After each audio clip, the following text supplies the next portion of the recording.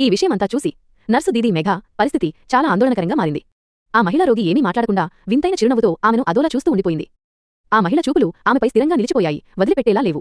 వాతావరణం భయంకరంగా మారుతోంది. అప్పుడే మేఘ ఏదో తీసుకోవడానికి తిరిగి చూడగా ఆ మహిళ నోటి నుండి అకస్మాత్తుగా ఏదో వింత ద్రవం బయటకు రావడం మొదలైంది.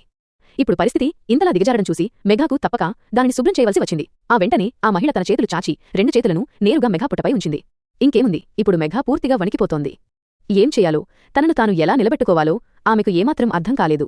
ఆ వెంటనే గది అంతా చీకటిలో మునిగిపోయింది. భయపడిన మేఘ వెంటనే ఫోన్ తీసి టార్చ్ ఆన్ చేసింది. కాని ఆ మహిళ అక్కడి నుండి మాయమైంది. మేఘ బయటికి వెళ్లడానికి ప్రయత్నించగానే తలుపు గట్టిగా మూసుకుపోయింది. భయపడి ఆమె కిటికీ వైపుకు పరుగెత్తింది. కాని అది కూడా ఎవరో బలవంతంగా మూసేశారు. అకస్మాత్తుగా ఏదో గట్టిగా నేలపై పడింది మరియు గదిలోని నిశ్శబ్దం బద్దలైంది. మేఘ భయంతో చుట్టూ చూసింది, కాని ఎవరూ లేరు.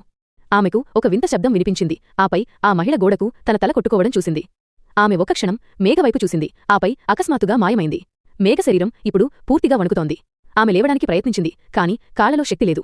ఎలాగో కష్టపడి పాకుతూ ఆమె లైట్ స్విచ్ వరకు చేరుకుంది. లైట్ ఆన్ చేయగానే దీర్ఘంగా ఊపిరి తీసుకుంది. కాని ఆ వెంటనే మహిళ ఆమె పైనే కూర్చుని ఉంది మరియు ఆమె ముఖాన్ని గట్టిగా పట్టుకుంది. భయంతో మేఘ నేలపై పడిపోయింది. సరిగ్గా అదే సమయంలో అర్జున్ గదిలోకి పరిగెత్తుకుంటూ వచ్చాడు. ఆమెను పట్టుకుని భయంతో అడిగాడు, మేఘ, ఏమైంది?